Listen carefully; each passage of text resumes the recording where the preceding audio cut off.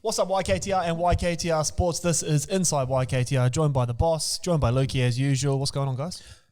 Nah, bit of drama hanging around YKTR and sort of rugby league in general, but besides that, everything else is going good here at YKTR. Before we rip into that, we obviously have a big week work-wise.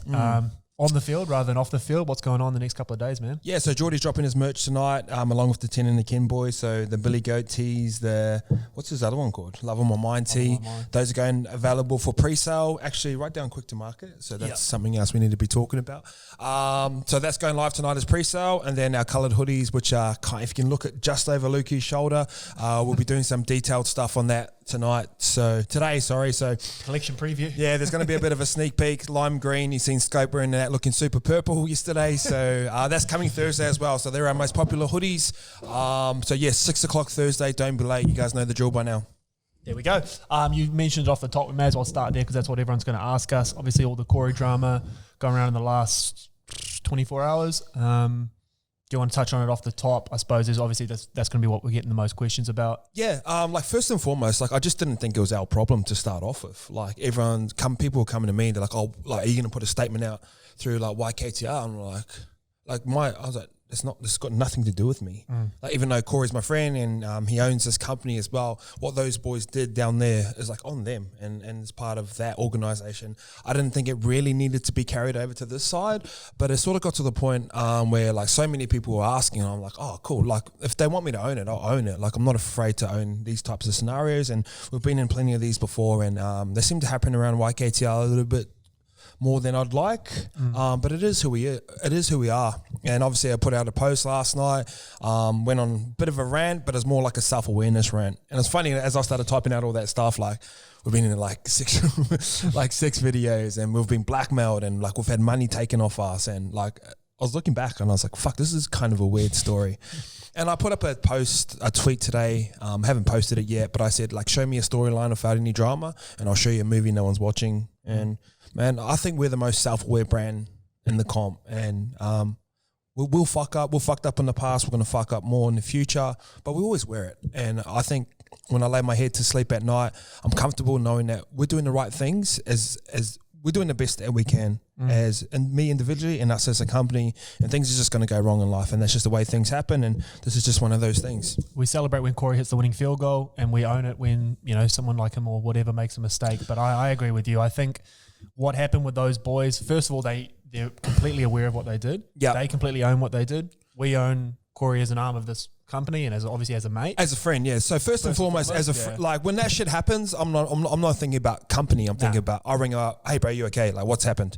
So he sort of told me what happened and stuff like that. And obviously they were in the wrong, but sort of the storylines that come out, he was running off down the street and left his wallet behind. That's fucking nowhere near the truth. But the hard thing about Corey, and I do get it from a media standpoint, he's kind of the poster boy for... It's an easy target. He's an easy target. He's the scapegoat for whatever it is. So I'm looking at Fox League and all those different media outlets, and it's always Corey. Corey's the photo, and then obviously Paul Vaughan's the one that's copped the biggest sanction with the 8 games, but Corey's right next to him with the 50K fine as well. So, people think Corey hides from this type of things. He's probably the most self-aware dude here, and he owns his mistakes and he knows that. And I'm not sticking up for him or justifying him. I'm just standing by him as a friend. Yeah. What do you make of all that drama, bruh? Yeah, it is what it is. I think Ice summarised it well. It's definitely not a good look, but not the right decision the boys made, but it is what it is, and the fight and moved on. How many dudes are breaking COVID laws down in Bondi at the moment? There's more people in Bondi than there is at Summer, but it's a stupid rule, but the boys knew it was a rule. Yeah, fucking oath. It's not up for us to debate, and I would say, and you probably agree with me because we're going to roll into the social media chat after this, the overwhelming majority was everyone going, bro, that's a stupid fucking rule. They sweat on each other and bash into each other. They still did, they still done wrong. Yeah, it was a rule. They broke it. They know that. So that's the conversation that people having. They're like, oh, these guys train together all the time. They play against, but the rule is the rule, and they broke the rules. And could you know the rules? So everyone keeps bringing it up as well. The irony of us calling our brand, you know the rules, but yeah, it is what it is. They've copped the fine. Normy's taking it on the chin, like he has everything else in life. And it is what it is. Oh, we keep moving. We're not going to let this define us. And everyone thinks you need to have an opinion on every single thing. And it's just, I don't know. We just keep moving. Just onto Instagram though, you obviously had the back and forth. You screenshot, put the boy on blast. Yeah, like you didn't put him on blast, but you probably weren't aware of what you were doing as you were doing it. Really. Yeah, unintentionally. So what had happened? Like a lot of people started DMing me personally or via the YKTR page, and like, oh, you guys going to be putting out a statement because Corey. And like I said early on, at the start I was like, oh, this is not like really our problem. Football, yeah, it's a football problem. Like we'll talk about it when the sanctions come out, but until then we're not a gossip column. We're not just going to sort of start talking about stuff or leaking information. We're not about that. But yeah, like that was, and then I was like, oh, let me respond to this guy properly. And then I was like, oh, this is actually a good response. So I just screenshot it, posted it, and then put down like a bit of a rant. And then I sort of put my phone down, and I was talking to a Zane who was at home, and we're just sort of like having dinner and just your normal shit. And I sort of jumped back on my phone, and I was like, oh, fuck, I've half put this dude on blast, and like honestly it was unintentional. I went straight into his DMs. I was like, hey bro, fuck, I'm so sorry.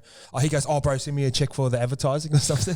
So like I knew he had a bit of banter about him, and I was like, oh hey bro, so sorry for this. I'll take it down now if you want. It was just my most thought out response, and I thought it needed to get out there. I wasn't meant to put you on blast. He goes, nah, like I sort of see what you were trying to do, and I sort of respect that. And like he told me, he goes, bro, I don't like you. I don't like your brand. I can see right through you. And I go, yeah, I'm trying to be transparent. He goes, I can see right through. And then like we just had this bit of conversation back and forth. So he was good, and I go, do you want me to take it down? He goes, nah, leave it up. He goes, I'm not afraid to put my name next to things, which is something like I really respected.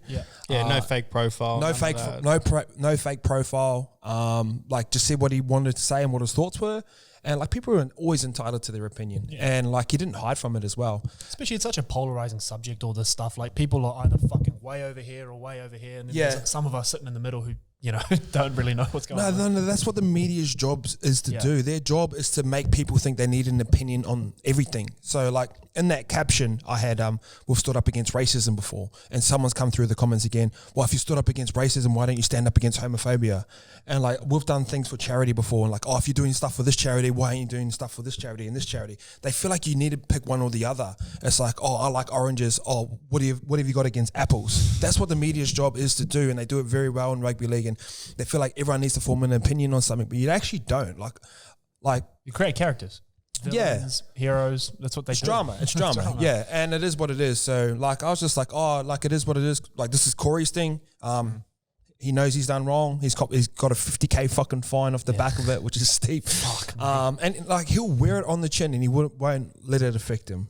So that's on him. And my job is not to go like, oh, what's happening with this company? My job is just, yo, Corey, you good? That's me. Like that's just how I think, and I'm not gonna fucking stab him in the back or anything because he's not doing things right. It's just not how I was raised. So it is what it is, man. But shout out to that Ethan dude, man. He's a pretty good guy. And like, even though he doesn't, us, bro.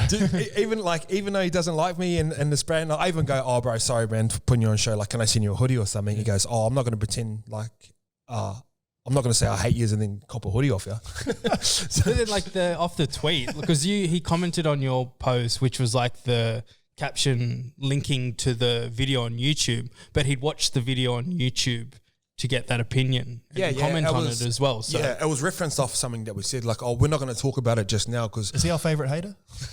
He's up there. Do you know what's fucking funny? By the end of it, like he goes, like he'd either spray me and then give me like a compliment at the end, or the other way around. Yeah, the old asshole card. Yeah. It was good, and I actually respected it, bro. And like I said, he had his name to it. And then the last line he actually said, he goes, "Oh, if you and Simi ever want to get clapped on 2K, let me know." So they know a bit about the brand, but then they don't. So it is. Yeah, and then like I look at these people, but they don't follow us.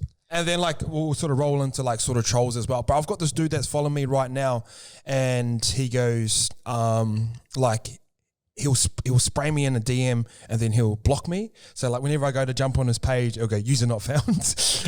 And then out of nowhere, like he'll just come back. And then the thing he said yesterday was, because he got mad about the Facebook ads comment. I go, we've literally built our business off the back of Facebook ads. And he goes, oh, if it wasn't for Chico and Corey, you'd be nothing. Like I hear this all the time. And I replied to him, I was like, honestly, man, literally Facebook ads have built more businesses than like football players have. And then like, obviously the stuff with Corey happened. He goes, haha, Corey's in trouble. Your brand's going to be gone in 2-3 weeks. And then I was like, thanks, bro. Thanks for the feedback. And then I tried to reply to him again, but I was blocked. So that kind of circles nicely into our next point. Dealing with trolls. Can you deal with him if he's constantly blocking you? No, like I reply to him and then he'll unblock me later. Yeah. But Like, it's nothing new, is it? No, it's nothing new. Kind of really used to it. I think I'm in a really good place right now. Obviously, 75 HUDs. So like I think you guys know when I'm not working out, or like when there's tension around me. Like, I don't know, you can just sort of feel it in and around me. But I'm just in a good place right now, man, and sort of grateful that people do hate us, because they're honestly like a KPI of success, especially in Australia. You probably deal with it a little bit as well, because you obviously handle a lot of the wider company accounts, so you'll be dealing with it a little bit indirectly. Sorry, like I think of this all the time. Like the worst job would be like a rugby league social media person. Oh, I can only we get shit happens with Corey or whatnot, and it'll come through the DMs. And if it's like you're trying to have a crack on the YKTR sports account, I'll normally just delete it. It's like, bro, what are you doing? Like, you got better things to do with your life. But yeah, sometimes you see some weird shit, like the one that we screenshot on Friday and put up.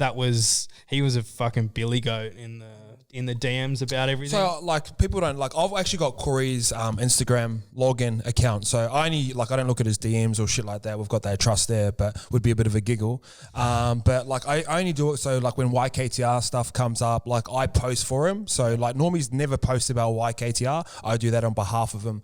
But like sometimes like in games and stuff, like I'll jump in his DMs and like I'll swipe away all the like bad ones and stuff, bro. Because like that's brotherhood. Yeah, but like you know I'm getting off the field and reading that shit. Yeah, so like literally like he was missing kicks from the sideline, and obviously he stood up and like had the shot, and like that's why I put up that thing about Kobe. Like I'd rather go 0-30 than 0-9, because it means like I didn't psych myself out, and that's the position he was in, bro. He was fucking kicking awful, and he knows it, and he stood up and kicked it. But then like I jumped in his DMs, and you go to the private part, fucking Dragon fans are going like, you should fucking kill yourself. Like all this sort of stuff, bro, and it's just not necessary. And then like I pulled him up. I was like, bro, you can't be like talking to people like that. He goes like, fuck you and your shit brand. Surely something a bit more. And then like imagine DMing someone and go, fuck, you should fucking kill yourself. Yeah, come on, bro. That's not it. I think it's the old. I mean, we circle back to it every time. Someone's in a pretty shit place if they're saying that. I always love how they go like, fuck you and your shit brand. Yeah. David Clemmer said it to Chico on the field one time. He goes, fuck you and your shit brand. He goes, fuck up, but half your team are wearing it. Yeah. It's like with the funny thing with that sort of was like, it is a small world, and like it took me one person to realize that I actually knew someone that knew that person as well. So it's just like, hey, Sydney's small, man. Yeah, exactly. And like Sydney's a country town once you've been here for a while, man. Yeah, exactly. So everyone knows everyone. You got to be careful sometimes. Let's hate back home because you just get beat up. All right, that's all the off-field stuff. Let's come back in the office. I'm going to start with you, little fella. Ooh. Bit of time off, man. Obviously, the last Inside YKTR was just me and Ice because you had taken a few days R&R, which I was filthy about. How'd you get on, man? How was it?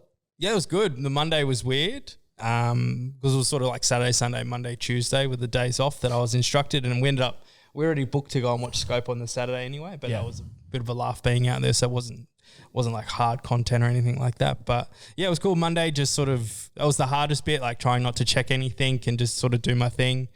But yeah, it was good to sort of reset, catch up on a few personal things that had been lagging in the background. And yeah, it was exciting to have the 2 days and sort of rolled into working from home the week after as well. Feel good after? Yeah. Yeah. 100%. I just feel refreshed and sort of understand my place a bit more. Not that I knew that the content could always roll on, but obviously it can be done and without me. The building didn't burn down. It was obviously different, and it wasn't as it wasn't as efficient. It wasn't as efficient when we were one hand down. But I think, like I even noticed with you, like the messages stopped on like the Wednesday morning. So like you were still hey blah blah blah blah blah Monday, Tuesday, and then Wednesday you'd kind of gone, all right, kick my feet away, relax. Yeah, it was good, and being in here wasn't too bad. It's a weird environment, bro, because like we put a lot of energy into content, then you put a lot of energy into like making the content, and then you're posting, then you're replying to people. Like social media is an exchange of energy, and people don't realize that. So, and like fuck, Lukey had been cranky for like a year and a half, and I could just sort of see him getting like a little bit agitated with the smallest things that wouldn't normally agitate him. So, and like I'm the same. And like I said to Lukey, like we rely on him heavily, so like I need to be on your game all the time. So it was just a sort of 4 days off, like you get in footy. Yeah. Hey boys, you're going good, and he's 4 days off. Yes. Yeah. So that's what it was. I think we'll roster them in a little bit more regularly, like one every about 6 months. I reckon is like good for everyone. Won't always be same day, but just gives people a chance to get away. So I always feel good after once you step away from something, you have better ideas anyway. So. You came in like just sweet straight away. Like there was you weren't anxious. You weren't like pretty clear as soon as you hit the ground again. Yeah, it was cool just to like sort of think, because it'd been such a whirlwind of like proper changing careers, coming into this, smashing it out for 18 months, 2 years, and then being able to sort of like take a step back and go, okay, what does the next 2 years then look like? So it was cool to have all those thoughts in my mind, and obviously like we still haven't had a chance to catch up on what that can look like. But like we'll get that meeting locked in soon, and yeah, I think it's going to be an interesting next 2 years, given like what we've been able to achieve. Or speaking selfishly, what I've been able to achieve in 2 years with no experience in the industry to come into an industry. If you look at it, when you sort of like look at it from that perspective, you're like, when I'm driving to work going, fuck, we're not doing enough. When you can sort of like zoom out and go, fuck, like nobody's doing what I'm doing. Yeah. Literally. So, great.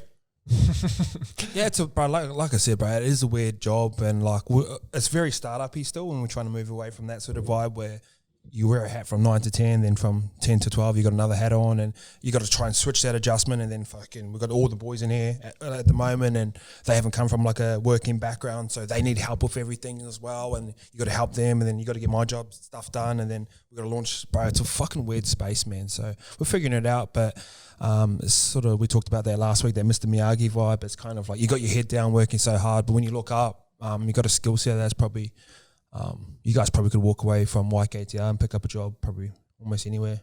The thing with wearing multiple hats is we could go multiple different directions. Like when I left my job at Stuff, I could basically go one direction. I could move into media because I had done that and I was good at that. Yeah. But I didn't do anything else. Whereas I come in here and we do a bit of media, we do a bit of logistics, there's fashion, there's obviously design, there's fucking and like I'm pretty transparent of all meetings that I have, you know what I mean? And like I said that to Caleb as well. I was like, bro, when you got people in here and they're at a high caliber in terms of life, or man, fucking get your ears like that.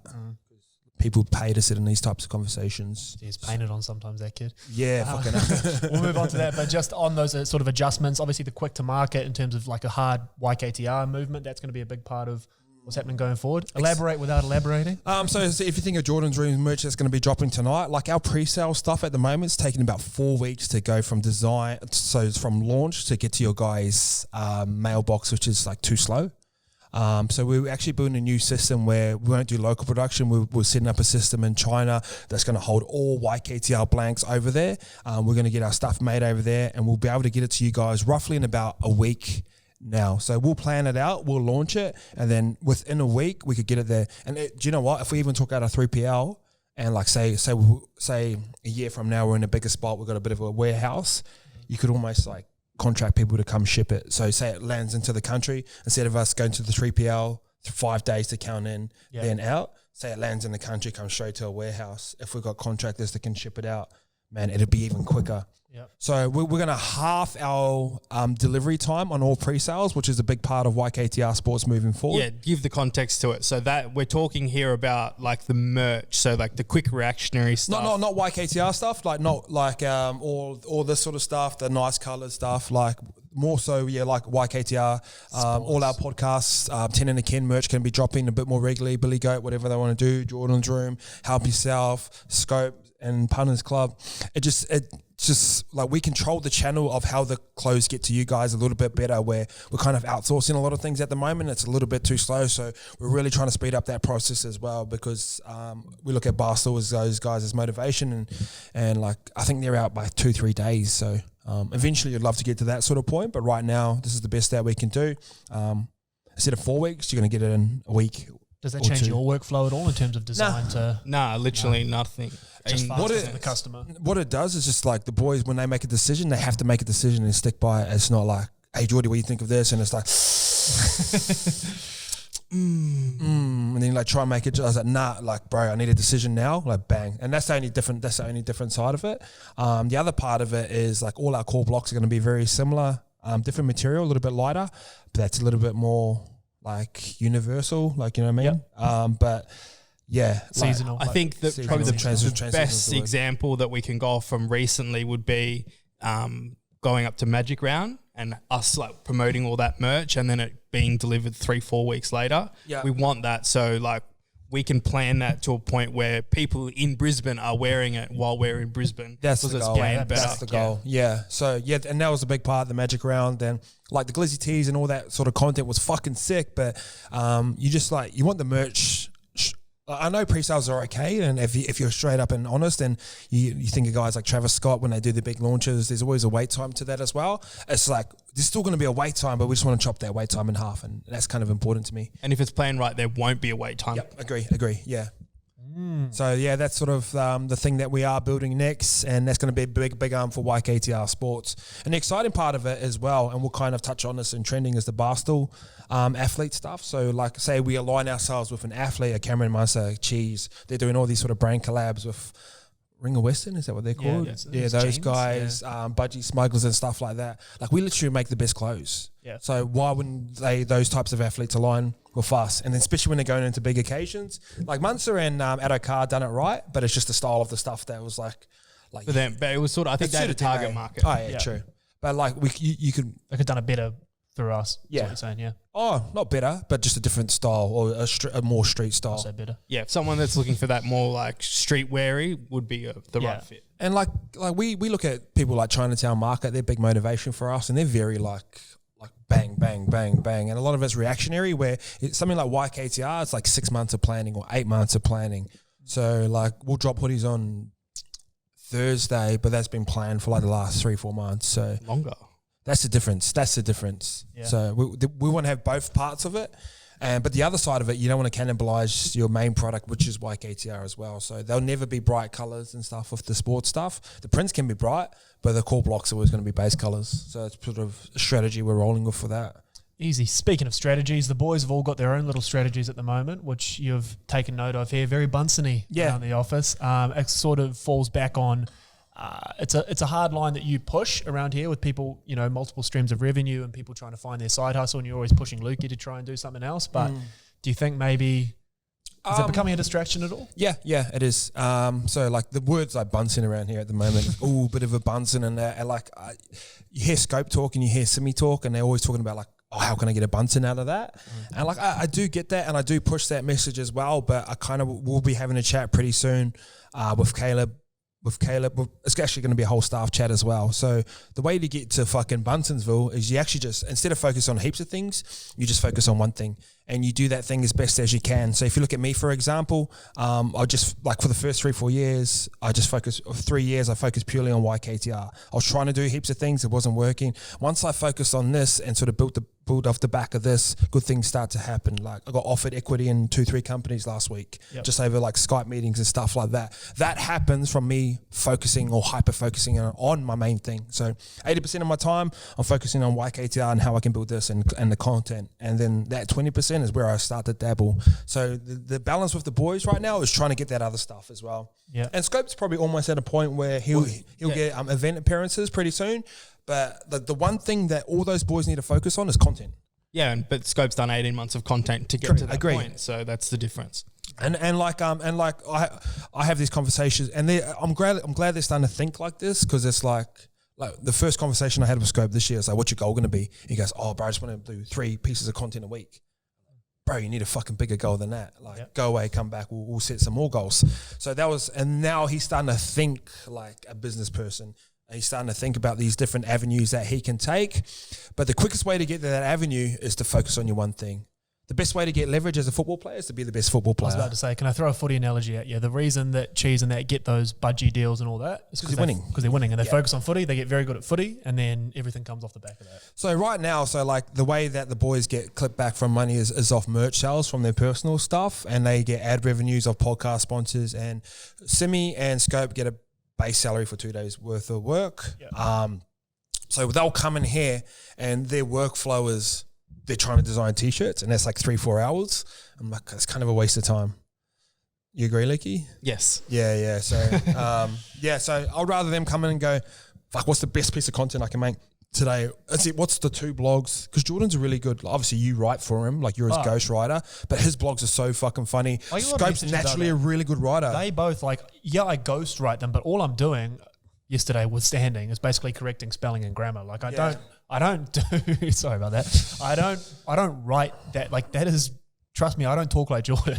Yeah. Jordan's writing that. So they're both very talented in that space. Obviously, Scope's an amazing podcaster. Geordie's fucking gold on video. So I agree with you. If they were to come in and lock in, hyper-focus on making amazing content, off the back of that, they have a design idea, Lukey executes it, we have a quick-to-market product. That's how that works. Yeah, I think once that structure's set up as well too, and like bro, just them sitting on Canva for 4 hours, putting mood boards, bro, it's just like too slow. It's cool them learning. Like I like that they're trying and to learn that skill. Yeah, agree. And broaden what, like they want to know everything you can do. They want to know everything I can do, everything you know. Yeah. It's because it's such a foreign world. Yeah. Like sitting there with like even Chico yesterday going through Canva and stuff like that. Like it's mad. Like he's coming up with all these mad ideas. But do you know what? Chico's one of the most organised out of the boys. Yeah. Like, he's actually good. Yeah. Oh, he's so organised, he puts pressure on me. He says, hey bro, have you got that email? I'm like, fuck no. But my point on that is like we can do it so much more efficiently. Yeah. Like Chico sitting there trying to copy and paste into Canva isn't the best use of Chico's time. Chico's best use of time is planning his next Unreal food content. Yeah. So I think, and that's where we're going to get to. But they need to come in and they need to learn that side of it to understand like what we've done to even get to this point. But Chico just sending me the photos or just going, hey bro, Google this is what I want for a thing. That's like a 30-second conversation that could have taken. He took 30 minutes over there trying to do it. Yeah. Yeah. I think as well that a lot of that probably falls on me. If I can time block the boys a bit better. Yeah, we need to time block the boys. So Simi comes in on a Monday and I've got it in the calendar for him exactly what he's doing. Yeah. I think that's easier because right now he comes in, he floats. Me and Lukey have our heads down for an hour and then I pop up and go, fuck, are you all right? Should we blog this afternoon? Like, if he knows that he's coming in at 9 to do this, he's got planning till 10 and then at 11 he's recording. I think that's probably the way to do it. I think we're going to reverse engineer a lot of the stuff that we do. So like designs always get put on the back burner and probably a day off come in like every week that you talked about. Yeah. But then I think we should be doing this shit almost first. Yeah. Like the stuff that's actually really important to us because a design turns into clothes turns into revenue fucking keeps the business afloat. HPAs. Yeah. You ever heard of them? Yeah. High profit actions. Yeah. Like I said, like the boys, like I want them to come in and go, fuck, what's the best piece of content I can make today? Agreed. Or what's the long form? So Scope's starting to think this way, and this is something you're brought in, Jackson. Like you do your things today, but if you've got nothing to do, you're chipping away at a long thing. So he's good at that. Yeah. Scope's never the one. Scope just needs direction, eh? Yeah, he just needs direction, and he's never one to put his head up and go, hey bro, is there anything like what should I do? He's always got something to do. Yeah. And part of that is because he took that one conversation where I said, make sure you have something long form, and he's always chipping away. He's researching, he's thinking. He's good at that. Really good at researching. Whereas like Simi's very reactional and he says willy nilly. But he's good on the fly, but there's a nice balance. He needs something. Yeah, he's got to figure out that nice sort of balance of like all the best teams have structure. All the best companies have structure. Even people that don't look structured online, there's structure somewhere behind them. Yeah. So structure allows that willy-nilly stuff to happen. Speaking of willy-nilly, the kid's still not in, so we can talk about him. Caleb. Obviously, with everyone being, we kind of didn't mention off the top, but with COVID last week, obviously we are an essential service, so we're all sweet to come into work, but you let everyone work from home last week because it was kind of that first week where we was just figuring it out, seeing what we wanted to do. But Caleb popped in at the end of the week and you gave him a bit of a mentoring session. That's something you're going to be rolling for going forward? Yeah. Not the fastest learner. We sort of figured that out. So basically I've got him reading books and I was like, bro, an asset is something that takes money out of your pocket. And like I said it to him about 6 times. At the end of the lesson, I was like, bro, what is an asset? He goes, I think I'm going to defend him because I always do. I always say he's 17 years old. That was a little bit inexcusable because even at 17, if something's smashed into you, you should be able to repeat it. But what he struggles with, Caleb, I think he's a good learner. He struggles to articulate his thoughts. So he stumbles and he pauses. But if you were to tell him something and tell him to go home and write about it, he can actually write. Like he can do that. Does he write all right? He writes very all right. But Caleb has a bit of, like, he takes a bit of time to articulate things. And that's fair enough. That's confidence. Oh, that's what I said to us, bro. You need to figure out how you learned because, bro, it's a pretty good opportunity here. Like, I'm talking about things that are going to be like that I've only learned over the past couple of years, like things like compound. Like things like compound interest that cunts don't even know about, like about how to fucking invest into certain things, like soul accounts and all this sort of shit as well. So it was a pretty full on lesson about money, and I'll be teaching this in courses coming up. But I want to develop a pretty good human out of him. That's sort of one of my goals. I think I sort of thought about it when he first came in. So Luke and I came in at 27, 28 years old, respectively. Not respectfully, respectively. So we had a bit of a bit of life experience. Like we came in, and obviously we're learning every fucking day, Mr. Miyagi approach. But Caleb's a guy that you can literally, you know, it's like a fucking wet piece of clay. Like he's 17, bro. You can mold him into Yeah, whatever, but you're saying you're you know 27. Like I started YKTR at 27. Oh no, and I've learned so much from there. But obviously you get pushback from us because we're not set in our ways, but there's certain things in life lessons that I've got something for you too. that we're probably maybe a little bit less receptive to. Well, like reading books. Reading books, I can't read. So, yes, you can. No, I can, yeah. Yeah, so like I put him up last week, you know, I was going like, bro, why don't you read? And he started getting on like the back foot. Jacko. Yeah. I said I don't like reading. No, he goes, I went to uni and I've done all this sort of shit, bro. It was about, yes, you did. I never said I went to uni. Right there. You were standing right there. You're like, I used to read all this stuff from uni, then I went to journal. I was like, yeah. And then he goes, well, you're not going to be bullying me into reading. I was like, all right, don't grow then. He did say that. No, what I said was I used to read all day, every day for a fucking job and then write. And so I'd go home and the last thing I want to do was read. And I've unfortunately carried that over now that I don't read all day, every day. So I probably should. I said I like audiobooks. That's the way I learn. You do. What was the last audiobook you read? You're still bullying me around. Yeah. Yeah. No, Max Kellerman. Yeah, no. I couldn't tell you. No, but that's what I'm saying. I've moved completely away from it. Like since I left media, I just haven't carried the skill over. So the point was taken, but stop bullying me into reading. Well, I might attach my thoughts on it. I might attach your OKRs to it. How many chapters? Actually, to release this bonus, you're gonna have to have 10 books in the bank. Yeah. Give me what's the back? Fuck, he will too. That's his version of bullying as well. Forcing knowledge. What happened? Get this knowledge down your throat. Anyway, you got something for Lukey? What do you want to say? I forgot what I was going to say. It was about age. Being set in his ways? Set in his ways, age. Who? No, you said you got something. Was that what you Oh, no, I was talking about that. Oh, yeah. Fuckexcuses.com. Yeah. And then before that he missed Scope's training session as well. So yeah, I saw he went from excuse to walk in here to more excuses, and then I just tweet straight away. Anyway, I'm so glad you're back, man. Thank you. It was a rough week. That is Inside YKTR. Sorry, I just want to help the boys learn. That's all right. Inside YKTR pre-sale tonight. All the Jordans are in merch. We got the sale on Thursday. Exciting times. Comment below. Do you consume our content on Facebook or Instagram? Let me know. Let Lukey know. I just wanted to throw it out there. Yeah, put it up on Facebook anyway. Later.